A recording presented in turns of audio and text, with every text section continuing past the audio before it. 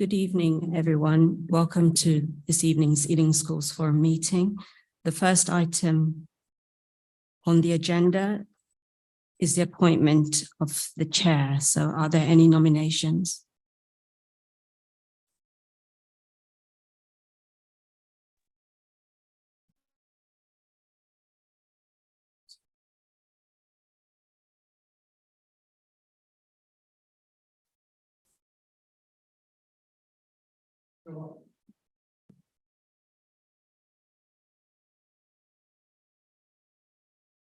I'm happy to make a nomination. I'd like to nominate Paul.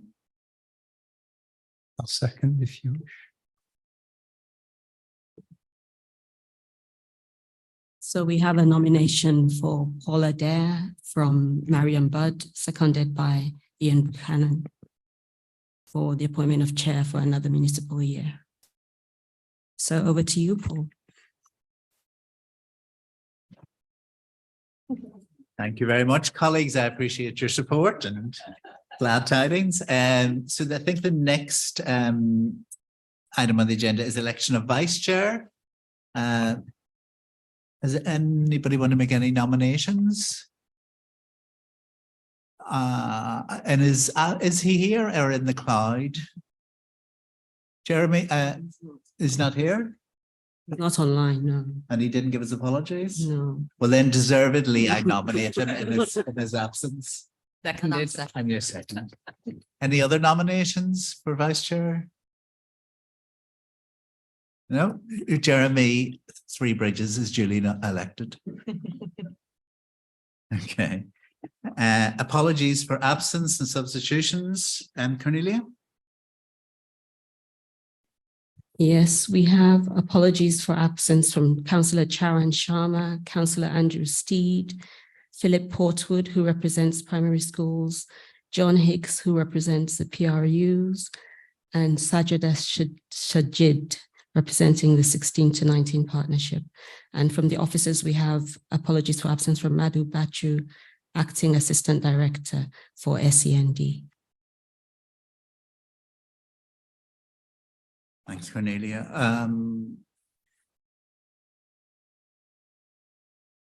Did you say something about the councillors? Yes, we welcome Councillor John Martin, who is here with us this evening. He's a new councillor, new to this committee. He's a new councillor. You're welcome, John, to Schools Forum. Thank you very much, Chair. Welcome, everyone.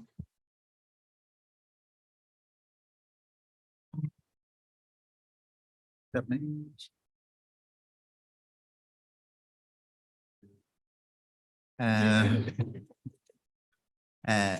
so any urgent matters? No. Matters to be considered in private? No. Declarations of interest? No. Okay. The next item on the agenda is the minutes. So if I just go through the minutes for any comments or corrections. Page 1. Page 2. Page 3. Page 4. Page 5. Page 6. Page 7 and page 8. Okay, so we'll accept the minutes from the last meeting. Okay, and then moving on to membership. So Cornelia, are there any vacancies in membership at the moment? There are new School Forum members.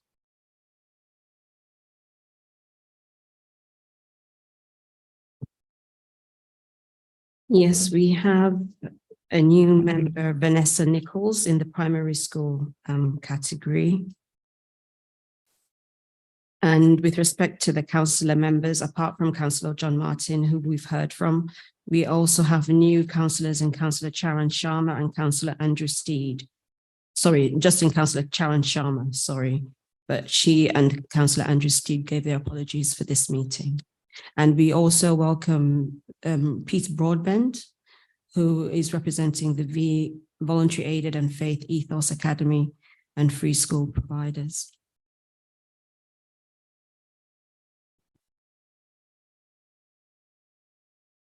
So there's only one vacancy, yes? I think there are two. There's one in the primary school category and one for the representative of non-maintained SEN providers. Okay.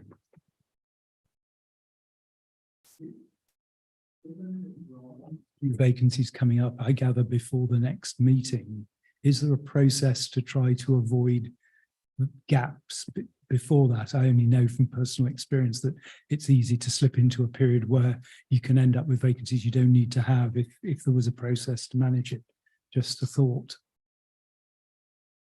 We'll take that on board, Ian. It's just sometimes work pressures don't allow me to do the things as quickly as I would like.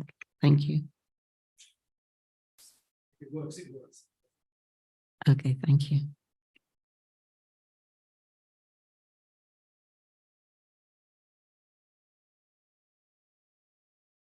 Two or three terms of office up before the end of this year. So I think we're pretty well representative. Okay, right.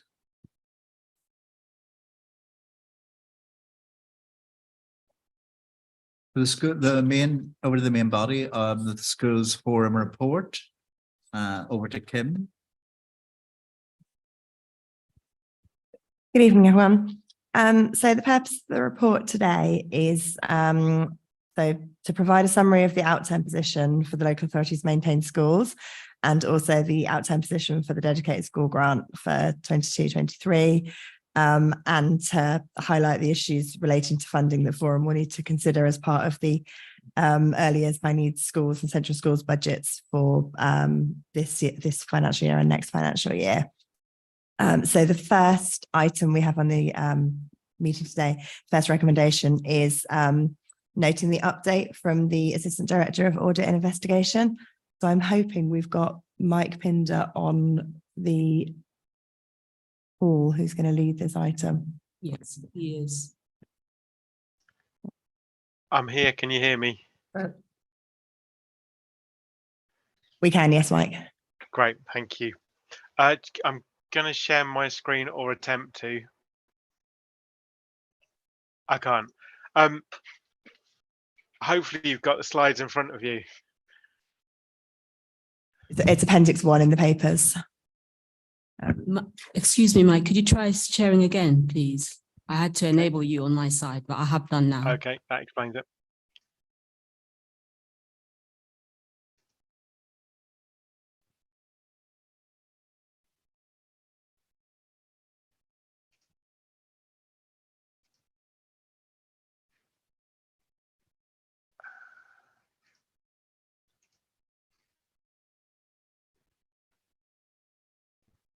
There you go. Can you see it now? I'll make a start. I'm hoping you can see the slides or have a copy in front of you. I've kind of nicknamed this my annual NAG. You'll be really pleased to know that I've been out to see the bursars this morning at the sing session. So you don't have to listen or pay too much attention, and they'll brief you when they see you tomorrow. Just for those of you who haven't been involved or seen me before, which is probably becoming fewer and fewer, I'm the Assistant Director of Audit Investigations. We're a shared service with Hounslow, so we do about 150 schools in total. Since last year, I think buoyed by my experiences here and out with some of the schools, I decided to become a trustee for a multi-academy trust. They've got me serving on their audit committee, so it's kind of hit home how important governance is and how do I get those assurances. So I'm now a poacher and gamekeeper in many ways. I'm going to spend less time on what we found in the audits and give you a high level, because I feel like I'm giving the same or similar messages every year. There's a table on page 4 which basically sets out what we've kind of found at those schools. We've anonymized you, so there's no shame, and basically sets out, and I think we provide that for information as to kind of what we consistently find out at the schools. This compares to the SFBS standard, so it's just kind of for your information.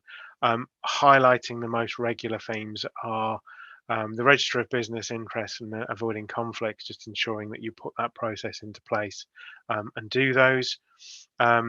The second one is the financial strategy, and is it aligned to the school strategy? Quite often we find you've got both, but you've not aligned the two.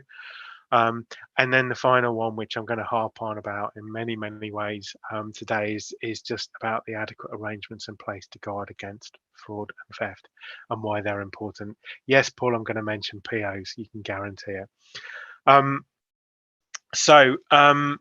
On slide 6, I've included an extract from the financial regulations and gifts and hospitality. During our findings across the schools, there has been a trend, increased number of issues around hospitality, ranging from kind of minor to more significant issues, unfortunately on occasions for non-compliance, and this is across Ealing and Hounslow, so it's not just a kind of local issue. We've actually even had to recommend disciplinary action because of the use of funds in hospitality on a couple of occasions. The regulations are there, they're not set by me, but whilst they're there, that's what we audit to, so that's your kind of reference point in terms of where to check if you're doing. What I tend to say is, if you're in doubt, check. There are resources within the council, so you've got the education service, the accountancy team, who can provide advice and questions on stuff, as can the audit team. I know many of you know Julie and Antonia, who do the work. I'm going to spend a bit more time on fraud risks today, and just looked up a couple of case studies to try and explain why we harp on about those controls. If you have a concern about fraud, you can report it to the team on this email address, and you've all got the slides anyway. I've included a couple of examples. These are cases in the public domain. These are articles that I found from the press, and just kind of bringing home, I think, some of the controls that we talk about and why it's important. The first one was Deborah Poole, who claimed 30 hours per week at breakfast and after schools club, abused her position as secretary of the club's bank account, and she submitted a variation in pay form to the council in 2009, and then a subsequent increase in 2 years later. Second one was Susan Asworth. Her checks were paid to herself, and she duped others into signing them to allow that to happen. So how can you prevent people from doing that? Obviously, you will get to know and trust your people, but there are certain things that you kind of need to do and check periodically. Segregation of duties is kind of the 101 in an internal audit world. Just don't leave it to your head or to your bursar, depending on what role it is you have. You need to make sure that you're checking on some of the stuff that you do, that they do. Authorizations are about checking, what are you actually signing for? If you're ticking a button, what are you ticking the button for? If you're signing something physically, what is it you're signing? So the bursar who brought a check and then signed that, obviously they built a relationship to teach with the teachers and governors to get the trust, and they were just kind of willy-nilly signing those. Checks on payrolls, particularly think about the admin staff who can amend the details to make sure you're kind of completing the reconciliation back. Accidents happen too. They've put in the wrong detail, so it's kind of just checking and paying particular focus on that. Overtime, was it worked? Is it particularly high for somebody? So the example where the person's claimed for 30 hours at a time, kind of are you picking those up? More the kind of things I'd expect from the the kind of bursar's point of view, invoices, do they look real? Google and other search engines are our friend. You know, is it a bona fide company? Is it what the company's logo looks like? All those kind of details that you can just check to make sure it's bona fides, even the address. My favourite one that I mentioned to the bursars today was somebody who submitted an invoice from PC World. It was handwritten. Obviously, in those circumstances, you'd expect it to be typed. So if it don't look right, it probably isn't. And keep checking until you're happy. Again, those are the kind of things that can be referred to as if you've got concerns. Bank mandate, and I'm going to include, we call it CEO fraud in this. This is kind of so in terms of the bank mandate, who is accessing? If you've changed over of staff, have you changed over this? Changed over who it is that can authorize that? Can you, as head teacher, get access to the bank statement? So if you're brand new to the organization, make sure you get that as soon as possible. The CEO fraud is basically where people start emailing you pretending to be from your to be your head teacher or the governor or things. They pick up these details from the public domain and then spoof the emails to look like them. It's personal emails. I'm on holiday, as you know, can you pay this? Particularly coming into the summer holidays, make sure you've got a protocol that you agree between you, that if there was an urgent payment because you've got work in it over the break or something like that, have a protocol to kind of manage that. So you're not at risk of fraudsters who are kind of going, oh, it's me, can you pay this in a hurry? Unfortunately, these things happen all too often. One thing that I've learned from experience recently is kind of matching the school central record to the people who are being paid for interim works and stuff like that. Yeah, do you know these people are on site? Actually, were they on site? And if so, were they recorded on the SCR? Where you've had and purchased works, actually checking and confirming that it has been done. You know, was that fence repair? Was that door put in? I know it sounds startlingly obvious, but just kind of making sure that when you've got an invoice in. Some more specific advice to kind of head teachers: are you checking? Do you lean on your bursar too much? Do you review what you are signing? Do you review your reconciliations? Do you get your reconciliations? Do you review your payroll, especially for supporting staff who may have access to change things? And do you ensure purchase orders are raised? There you go, Paul. Governors, thinking about them kind of more strategic oversight. Obviously, you get the SFVS return from the head teacher. Do you discuss any controls or gaps that are on there and why they might be? Are you comfortable that you're signing off and it's an accurate reflection? Does it work in comparison to the audit report that you may or may not just have received? Just also to say thank you this year. Everybody's SFVS return was returned in record time, and I actually managed to sign off the return on time for the first time in the 6 years I've been here. So thank you to all of you, and please keep up the good work on that. Secondly, from governor's point of view, do you see the finance staff along with the figures, so you can ask them the questions directly and make sure that the head teacher hasn't just swapped in a more favourable set of records? If you have a head teacher, if the head teacher has a credit card, of course you have a head teacher. If the head teacher has a credit card, do you sign it off and see what they're spending the monies on? And do you kind of challenge that the spend is related to the school? Finally, just in relation to the unofficial funds, less about the are they audited? It's essentially about the audit provides a kind of monitoring around some of the spend. Some of the kind of hospitality and stuff like that can be hidden in there, so just kind of making sure that that's checked. I've got a rogue O in there for some reason. I'm sure you all spotted that. So I think there was a couple of links on the slide. Sorry, I've picked up an old set. It says everything. It just had some additional links in there as well. So that's kind of a whistle-stop tour as to why the controls we keep recommending to you are so important. They're there to help and protect you. I'm hoping to come out and speak to the head teachers group and possibly the governors group in the future, just to kind of reiterate some of these messages directly and kind of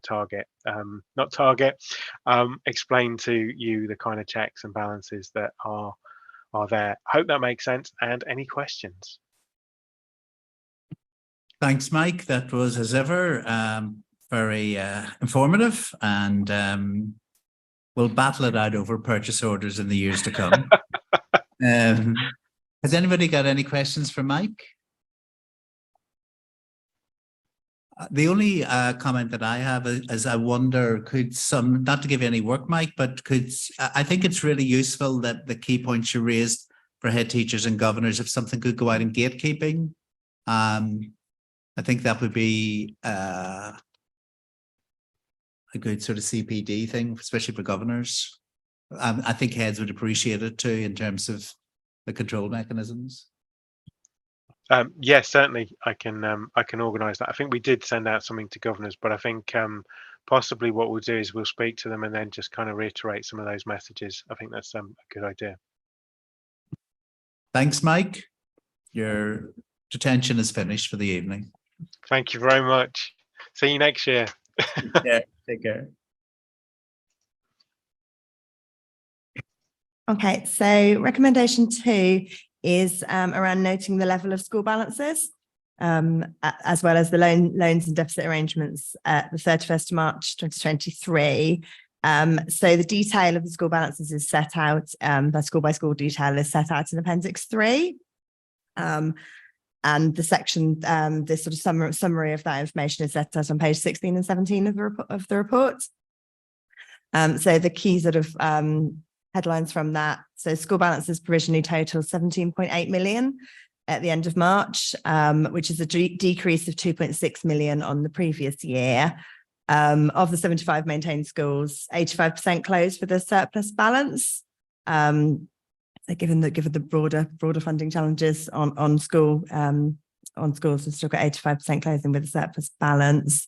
40 schools, so just over half, decreased their balances this year, with around a third increasing their balances. In terms of excess and deficit balances, so the extract from the Scheme for Financing Schools set out in Appendix 2 sets out that Ealing consider the reasonable level of balances is around 8%, is up to 8% for nursery, primary and special schools, and up to 5% for high schools. So the excess amounts above those thresholds, there were 30 schools above those thresholds, and those excess amounts above those thresholds represented just 6.4 million. In terms of deficits, there were 11 schools in deficit at the end of March. So it's 2 nursery schools, 6 primary schools and 3 special schools. This is in comparison to 7 at the end of 21-22. So it is an increase of 4 schools. And it's set out in the report, the changes to the schools that reduced or increased their deficits. The deficits in total amount to 1.21 million and range from between 0.02 to 0.22 million. So in the scheme of the size of the budgets, are a relatively small but increasing amounts. And schools that we're sort of working, local authority working with the schools that are in deficit or have submitted a deficit budget. And will once again request an in-year budget monitoring return from all maintained schools. So we did that in the autumn term this time round, and that's something we will do again in this autumn term to enable us to report an in-year forecast position to Forum in January. The third recommendations, if we take these to actually, should we pause for any questions on the balances before we move on to the clawback mechanism? Of the schools that were in deficit, so I'm sorry, I'm picking the other end of the spectrum, was there we've had dialogue with them, was there an underlying cause that was quite common, that was one of the reasons that they found themselves in the deficit position? I know I've referred earlier to underfunded pay in all schools, but I wondered whether that was something that a lot of the decreased balances, you may have had discussions. I was just wondering where schools were feeling most sensitive about their ability to balance their budgets or maintain their budget. Okay, so falling roles at primary is a key factor in that, and particularly for schools decreasing their budgets and for some of the schools who have fallen into deficit. So that's one of the sort of common factors. Tamara, I don't know if you want to. So I think, falling roles, inflation outstripping the increases in the funding formula elements. So both around pay and inflation for energy bills, etc. I think from the maintained nursery schools, they're also experiencing some of the pressures that primary schools are experiencing, but in a more acute way. So the drop off on births and demand for some of those services has been increasingly challenging, and because that is the bulk of their cohort and they only have relatively few year groups and much smaller budgets, that puts them in a slightly more immediately challenging position than schools. Their funding's also not lagged, so they're funded real time based on participation, and so if participation drops off, the funding drops off almost immediately. So they don't receive the same protection that schools receive in terms of the lagged nature of the funding. For special schools, it's absolutely not a fall-in role. There's massive demand for places. I'd say that there are real challenges around inflation. The support staff increases impact special schools more than they impact other sectors. And there are increasingly complex needs within our special schools and needs for broader services around health. At the last meeting of the forum, we reported a piece of work the local authority had been undertaking with schools around understanding the level of need within the schools and the types of need, and reviewing the overall funding levels and top-ups for those needs. And that's resulted in some increased funding for some schools and a rolling in of exceptional funding arrangements for individual students, because those arrangements aren't actually exceptional, they're part of the profile of those schools. And so there have been some steps taken, but there continue to be pressures. There are fewer special schools that struggled to balance their budget this year, but it's still a very, very tight budget position for those schools. It's not all of the sectors. And I think for the high school sector, there are some schools that are particularly impacted. So the surplus in places is very small at high school. So we're still seeing the bulge moving through, but there are a small number of schools that receive the impact of all of the surplus places, and also have a very high intake of in-year admissions. And some of those families and young people have more complex needs, so the range of support that's required and the capacity to administer the continuous kind of admission of students puts the pressure on those budgets. So those are some of the key factors.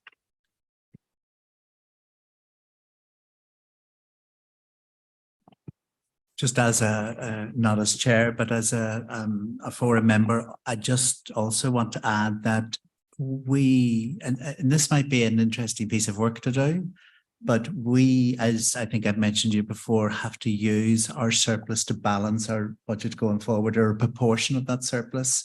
And it would be interesting to know how many schools have to use proportions of their surplus to balance their budgets. I'm not saying that I don't need answers now, but it just might be, because I often think on the balance return forms, it's hard to kind of know that information unless people put it specifically down.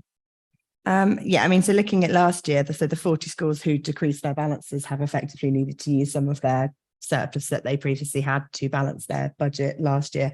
A large majority of the schools, I don't have the exact figure, but the large majority of the schools have needed to use some of their surplus to balance, and in some cases, most or all of their surplus to balance their budget for 23-24. I think we should. So the next recommendation, which is recommendation 3, is a decision to agree the proposed, did you want to talk about the clawback? Yeah, I can. So the decision, and this one's a decision for Forum to make, is around the proposed plan of action Forum wish to take where schools have excessive surpluses, and including whether they wish to apply the clawback mechanism, which is recommended in section 4.3 and also set out as an illustration in Appendix 4. So last year, Schools Forum supported the decision to apply the balance control mechanism to the 21-22 excess balances. And so it was to schools who had an excess balance which had been increasing over the 3-year period, were considered for clawback at the incremental level set out in the report.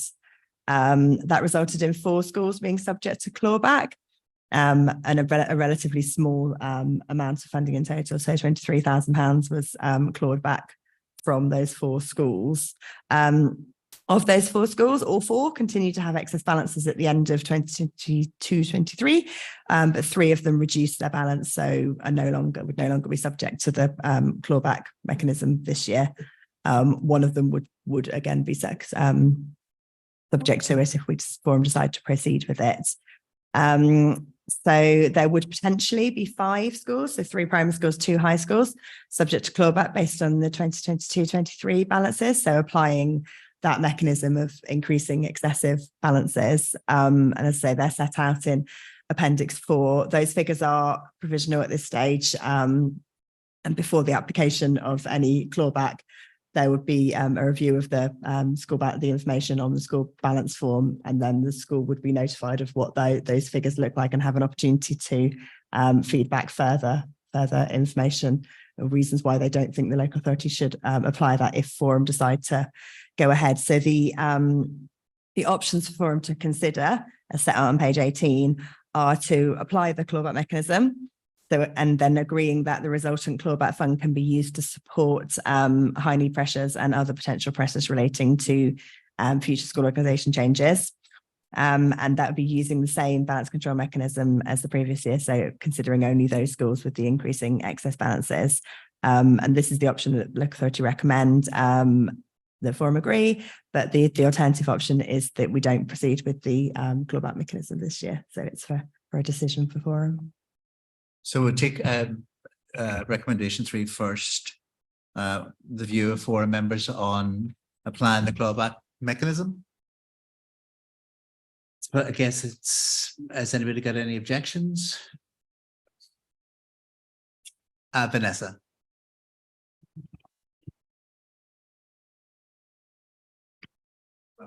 Hi.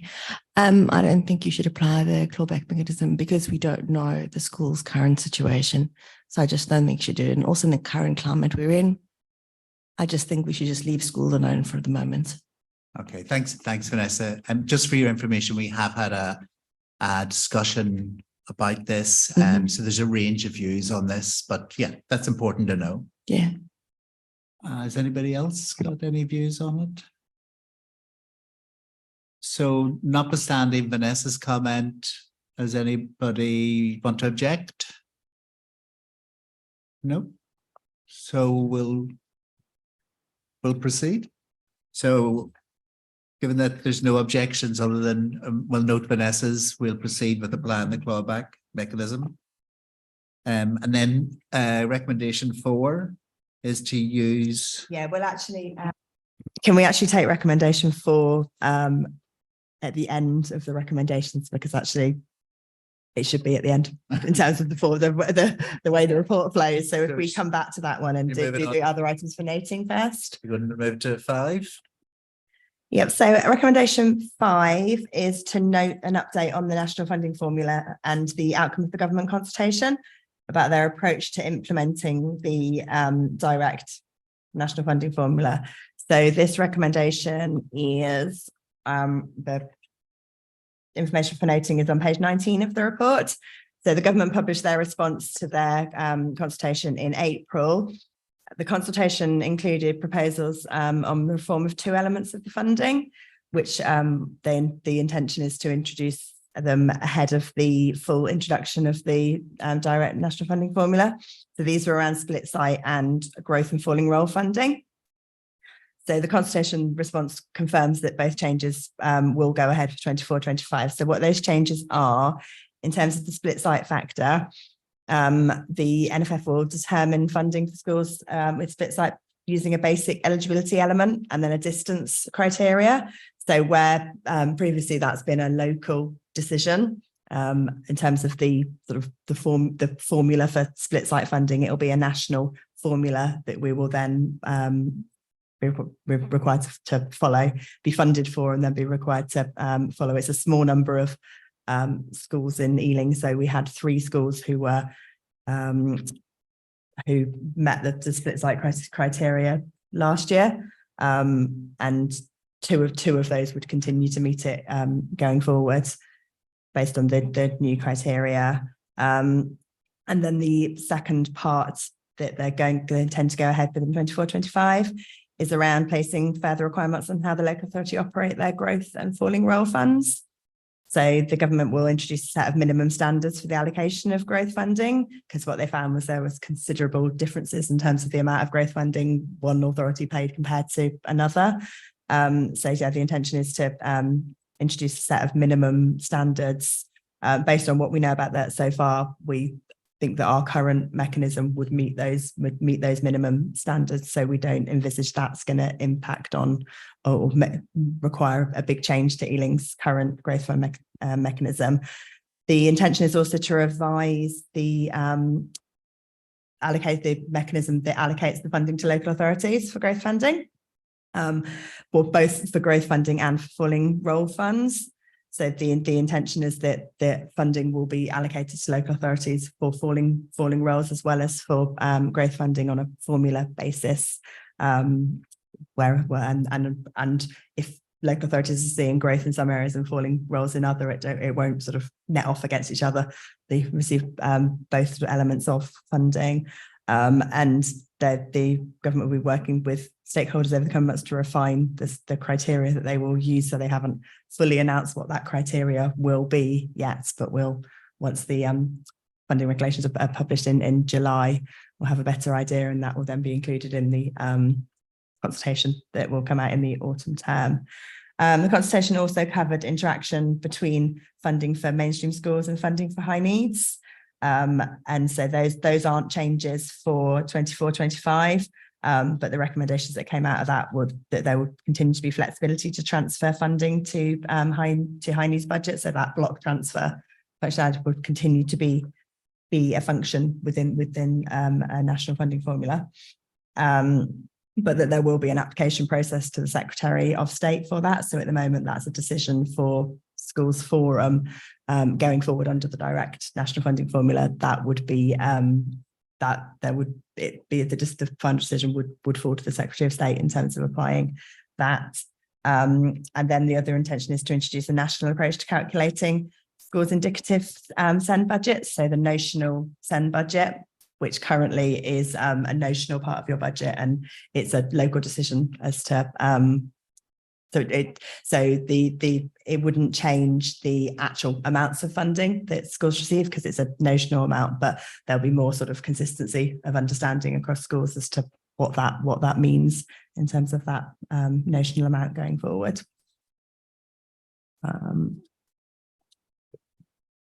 Anybody got any questions with regards to that item on the NFF? Kind of a lot to absorb. Pete?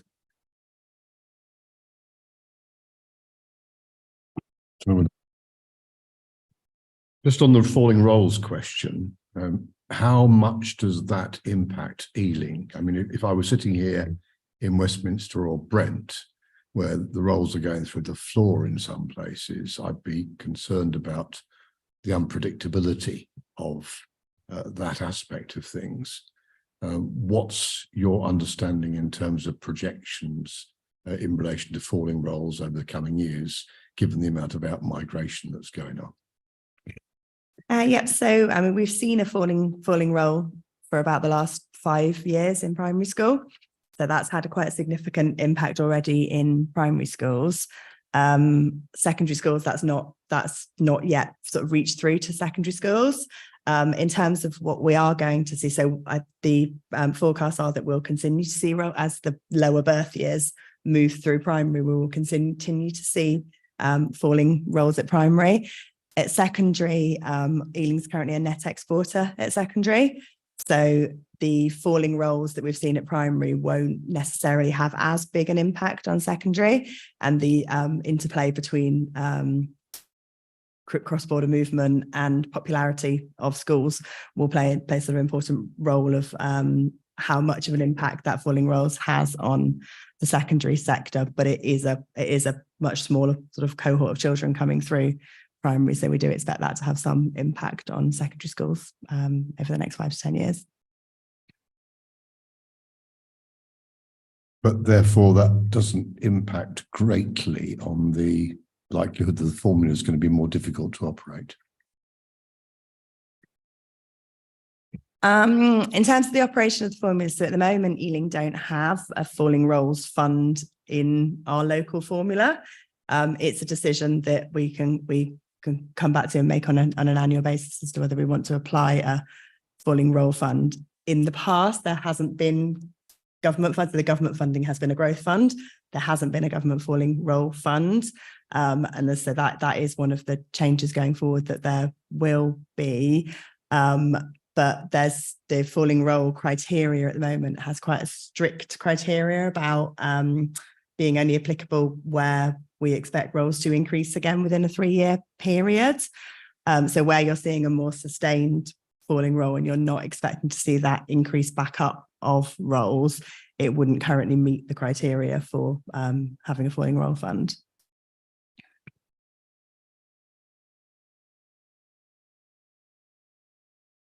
Any other questions? Okay, moving on to 6.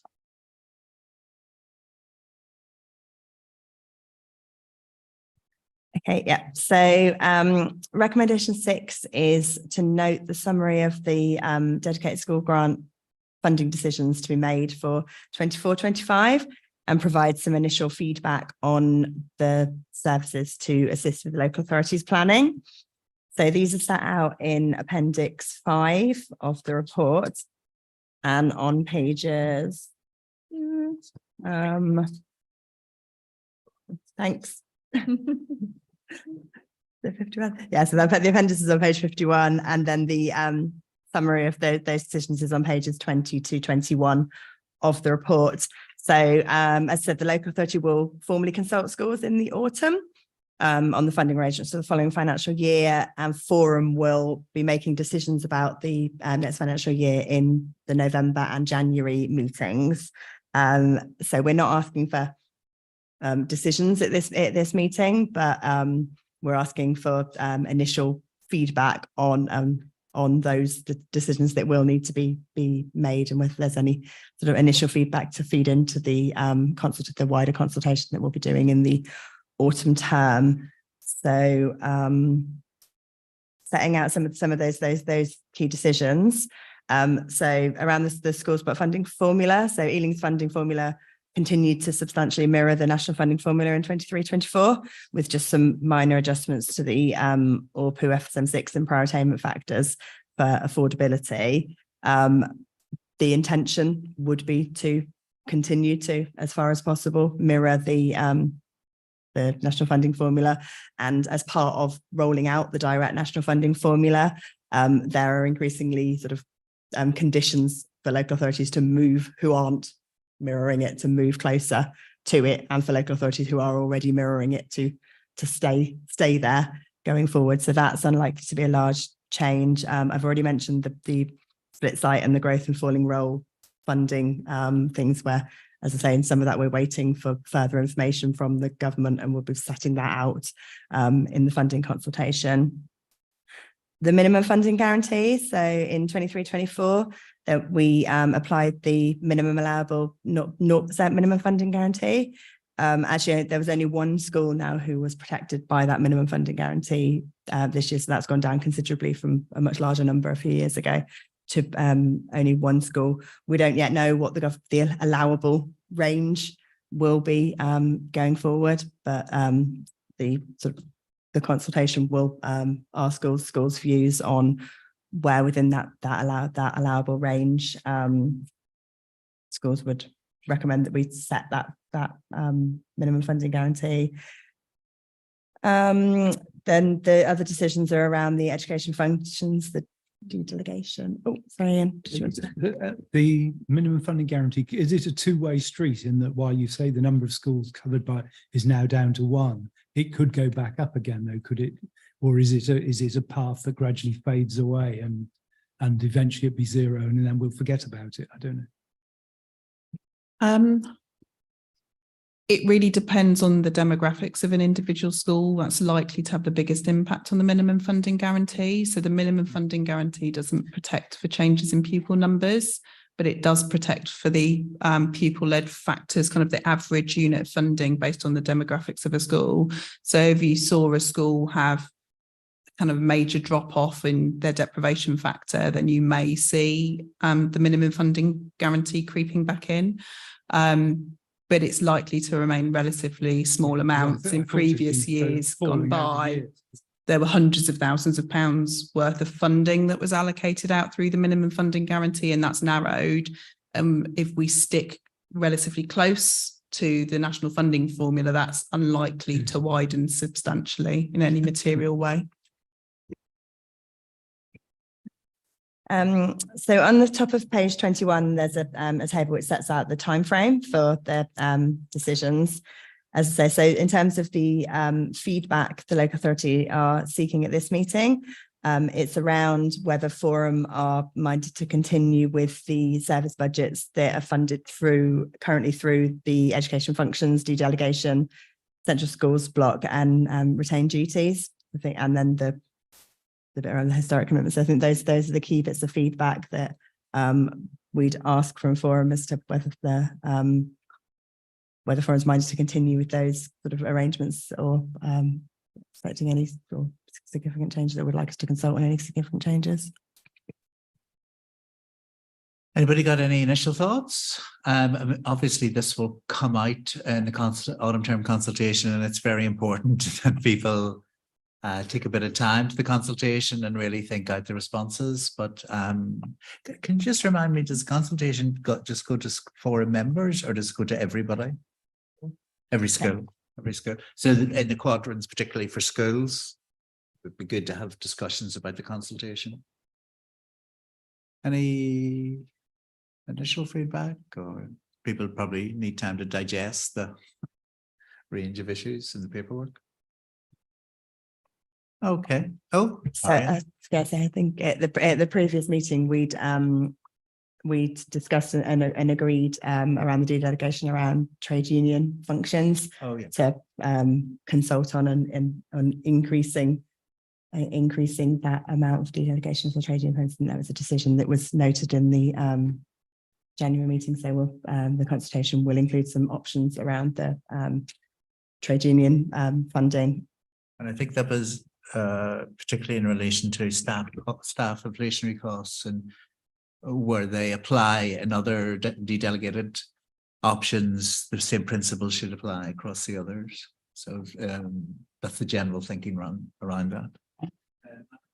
It's not a point for this meeting, but almost for that, just reminding of a previous conversation around preparing for that consultation, that we were requesting if we could make sure that it was really clearly explained, because Forum members felt, didn't they, that they had a little bit, I won't say I've got great understanding, but greater understanding of the issues, whereas quite a few, I think the quadrant feedback wasn't that primary heads didn't understand the consultation document sufficiently to be able to give a point of view. So it's just a kind of reminder of that, maybe in terms of if that means an increased time frame or something, just to try and get the support people.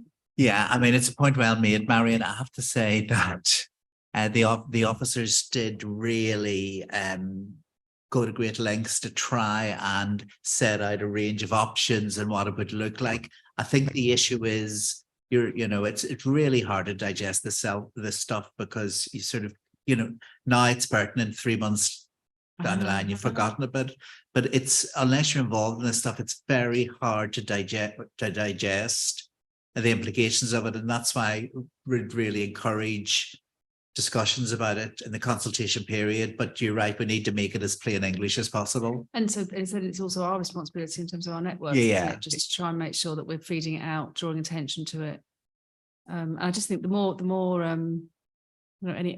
almost us all putting that in our minds to make sure that we diary that in and think about that for. Yeah, so we did try last year to sort of set out some of the pros and cons of the decisions. I was obviously even a lot of it is quite complicated, and so we will continue to try and make the sort of implications of the decisions as clear as possible in the consultation. One of the things that we do offer during the consultation period are some sessions for schools where we go through the recommendations and answer questions. We've had a very sort of limited number of schools who've actually taken up that offer over the past few years.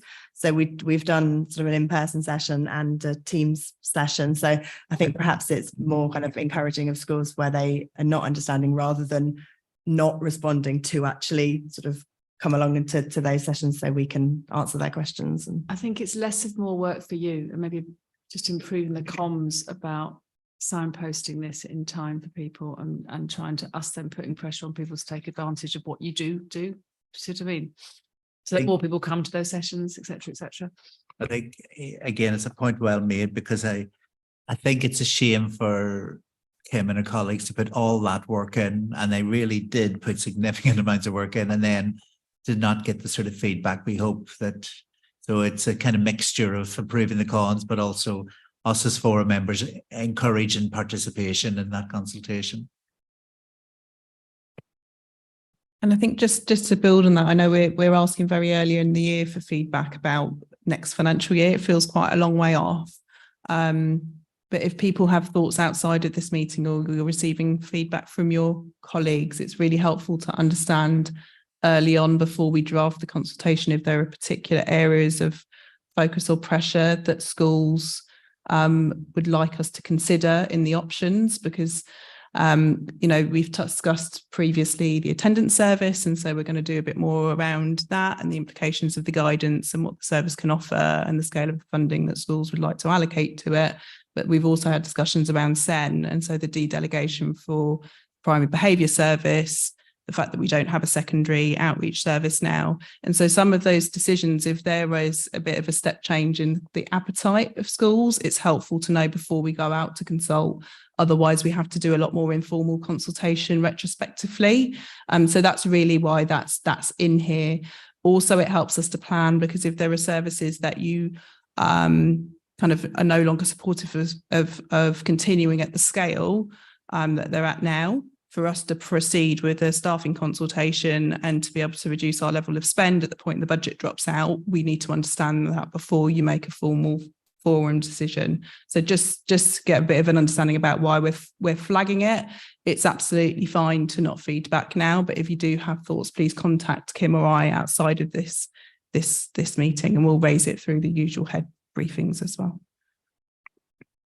Thanks. I think it's also just worth saying that the local authority officers are sometimes, I think in this case, caught between a rock and a hard place, because in setting out the pros and cons, it can sometimes, I think, be perceived that that's a local authority driven pros and cons agenda. And it's really what they're trying to do is set out the broad reach of what the implications of are to support schools. So it's not that, from my point of view, it's not that the local authority are trying to sway the debate, they're just trying to set out the case for and against. So can we move on to 7? Yep, so 7 is just a brief update on early years and on the early years national funding formula and the kind of timeframes for the early years decisions. So this is set out in section 3.6 on page 21, 22. So I just briefly go through that. So just sets out around the national funding formula, the maximum amount the local authority can retain remaining at the 5%, that there were increases in the local funding rates for 2-year-olds and for 3- and 4-year-olds this year following national increases, and also increases to the disability access funding and the early years pupil premium. That we're seeing some small increases in headcounts from spring term, which we'd expect to see, slightly higher than at this point last year, and continuing to monitor those numbers. The contingency for early years, so the contingency is currently at 0.773, which was a continuation of the figure from the previous year. That contingency is largely there to ensure there's adequate funding in place to cope with in-year headcount changes and any sort of resulting clawbacks from those. And just in terms of the updates to the funding allocations from the DfE, so these are usually published late in the summer term. The timing, we would like to be able to consult schools and other colleagues on the early years at the same time as the schools consultation, so in the October and November, but unfortunately the government announcements tend to come later than that, so that consultation ends up being later and then being a decision for the January forum. We don't envisage that will change this year, particularly with the very large changes the government have announced around childcare, that a lot of which needs fleshing out further. So we will update forum further on whatever the government have announced, but on the sort of childcare reforms in the November meeting, but it's likely that the majority of the decisions around early years will come to the January meeting as they did last year.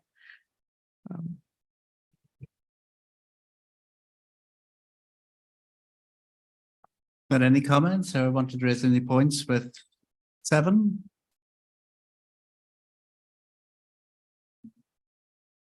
And moving on to 8. Okay, so 8 is just an update on the high needs funding pressures and some initial feedback about whether forum is minded to continue the permissible 0.5% transfer from the schools block to the high needs block. So the overall deficit to the high needs block after 22-23 stands at just over £500,000, which is a second. You say 500,000 or 0.5%? 500,000. Oh. So, in terms of the overall deficit, the 0.5%, another half figure. So those deficits are carried on to the following financial year, and the local authority will continue to work with schools and stakeholders to manage spending and reduce the deficit or manage the pressures on the high needs block. We provided forum with information about current and projected demand in the May meeting. And as reported to forum in April, the government did provide an additional grant, so an additional 6.7 million, including additional pressures funding. So largely our being able to manage within the high needs budget this year was largely because of the increasing funding from the government. And the expectation and the sort of advice we've had from the DfE to date is that we're not going to continue to see the high needs block increasing at the rates that we have seen it over the last few years, and that kind of additional pressures funding that's come into schools and the high needs block is unlikely to continue. There's the things that may change from a government perspective now, but the assumption they've said to the authorities who are under the sort of greatest scrutiny in the safety valve programme is to use an assumption for 3% for future years, which was much lower than we've seen over the last few years. So with those increasing demand, we do expect pressures on the high needs block to continue going forward. And then, yeah, I think the sort of ask on forum is for any feedback on whether forum are minded to continue with the 0.5% transfer. So that was an amount of 1.46 million in 23-24. And should this continue to be allowable under the funding arrangement? So the indication is that will continue to be allowable under the funding regulations for 24-25. Any feedback or comments about the transfer? Is there any reason to believe that we would move away from the 0.5%? I think we've had this discussion every year for quite a few years, and I think we've concluded for high needs block pressure reasons that 0.5 was a sensible position to maintain. Is that something that will need a lot more information for us to agree? It feels as though I could almost guess what the answer will be now, even though now isn't the time that decision is to be made. And the other thing, if I could just get back, Tamara, to what you said, I think when we were talking about the moving between blocks and the early years block and the fact that the high needs block is the one that's in deficit. But did I correctly sort of pick up that there's sort of political reason why it might be useful at this moment to continue with the high needs block in deficit, even though there is a mechanism to rebalance possibly? I'm sure there are good reasons why we don't, but you might not want to comment on this now. But don't think we aim in to have the high needs block in deficit. I think the practicalities are with the pressures on the high needs block, it's strained and it's going to continue to get more strained. And I think they're incumbent on the local authority to manage that high needs block effectively. I suppose the decisions that we make can affect how that's managed. I think you've answered that very well, Paul. Thank you. So I think the 0.5% really is a decision for Forum, and I know it's crucial to understand the feedback from the consultation, which will take place in October. This area, possibly more acutely than the other areas, has a mechanism for essentially an appeals process, and that process closes at the end of November. And so if schools are minded to not agree to proceed, the local authority has a route to appeal to the Secretary of State. We wouldn't want to be in a position of kind of dispute with schools. So that's why we just want to make sure we've got enough time if we feel that the position of schools and Schools Forum is changing, to have a discussion about the pros and cons of that in adequate time for you to feel comfortable to make a decision. But the local authority's proposition would be for you to continue at the maximum amount, which is the 0.5%.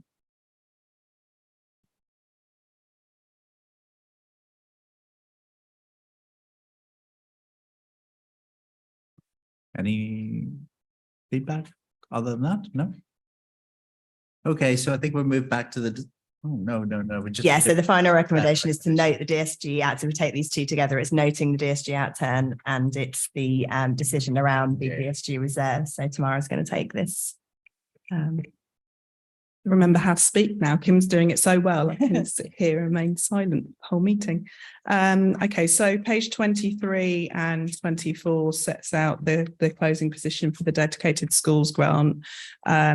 Page 24 shows the overall levels of kind of allocation and spend in table 5, and the corresponding reserves figures are in table 4. So the local authority are asking that Schools Forum make a decision about the application of the surpluses on the early years and schools block. The recommendation is to continue with the approach that Forum has taken in previous years, which has been to allocate those surplus reserves to pressures on the high needs block, growth funding and pressures through school organisation changes.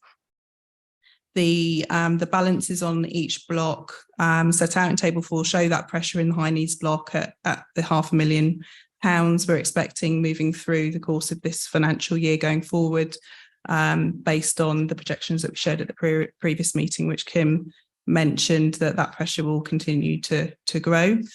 The early years block surplus relates to the contingency funding, which was covered in the early years section.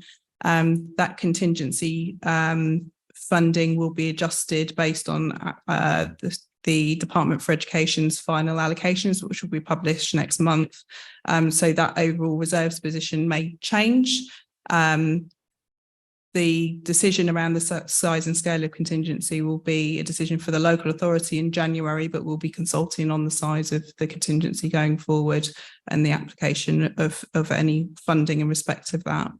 And the schools block surpluses so that schools block surplus that was carried forward into the last financial year was applied largely to the growth fund. We had significant in-year migration from abroad and had a significant number of bulge classes that we put in place in high school provision. And so that was required to manage that funding and those allocations for those schools. And so the decision for forward room is around the application of those surpluses to the areas set out.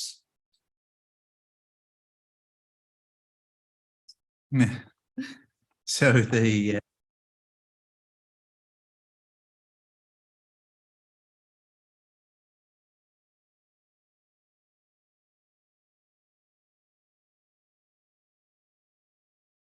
whether Forum agreed to retain the DSD reserves for those expected high needs deficits, commitments against grade fund, and pressures relating to August school organisation changes.